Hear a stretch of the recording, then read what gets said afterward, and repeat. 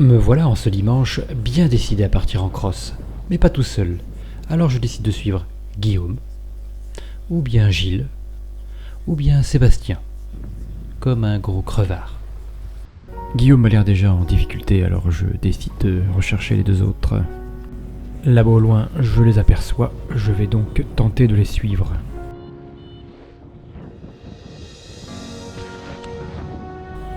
Sauf que dans les transitions, ils vont beaucoup plus vite que moi.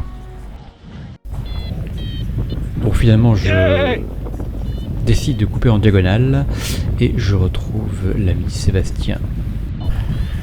Voilà, et bien ça enroule.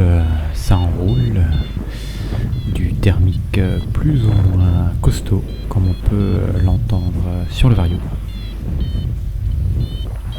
Je vous laisse apprécier la petite musique.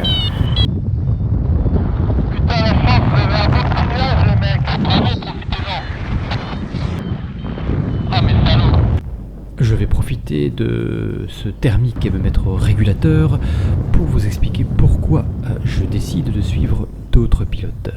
Eh bien, c'est tout simplement parce que je n'ai rien d'autre en vol pour me guider que cette boussole qui me donne le cap à suivre, en l'occurrence vers le sud-est depuis la Comté, et que évidemment mon Vario ne fait qu'enregistrer, mon 6 GPS ne fait qu'enregistrer ma trace, mais ne me guide pas, ni me donne les espaces aériens.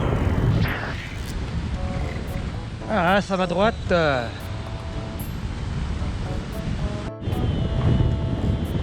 Nuage en vue.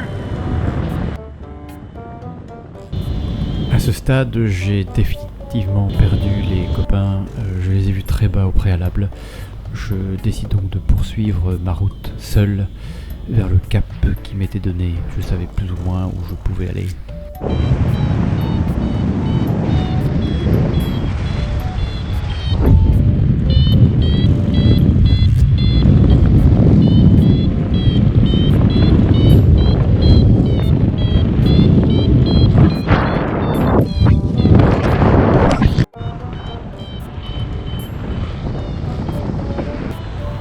Après être sorti, pissé, je me réinstalle dans ma sellette.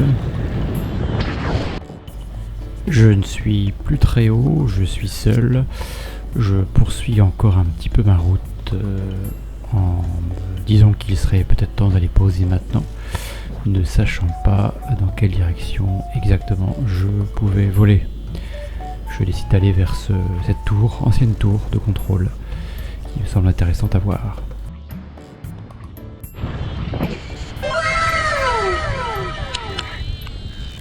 Me voilà donc à un peu moins de 300 mètres sol. Il est temps de construire son approche. Je ne me bats plus, je décide de ne plus me battre, mais de construire une approche pour l'atterrissage bien travaillée. Donc je cherche aux alentours des chemins de tracteurs peu fréquentés, évidemment dans la direction du vent, pour me poser face au vent. Au loin j'aperçois, on ne les voit pas sur l'image, des éoliennes qui me donnent le sens du vent et donc la direction du posé. Bien évidemment, décider de poser de relativement haut permet de bien construire son approche et son atterrissage, donc c'est un vrai luxe. Donc ce qui pourrait sembler compliqué lorsque l'on part en cross peut s'avérer finalement plus simple que de devoir vacher je ne sais où dans un vol de montagne ou ailleurs.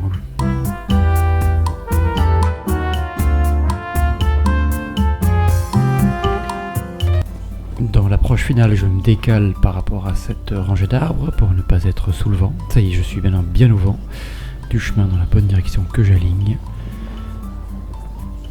Je vous laisse admirer le travail.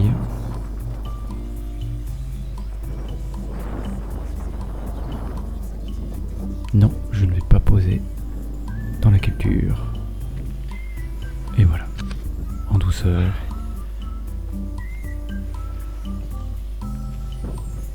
Et on a fait la voile du côté labouré. Et voilà. La fin du voyage. pas des masses, le stop par ici. Je n'ai plus d'image, mais je vous rassure, au bout d'un petit 2 km de marche, un gentil autostoppeur me prendra et me ramènera jusqu'au site de décollage. Un grand merci donc à Andrea qui m'a ramené, ce qui m'a permis de refaire quelques petits vols en local.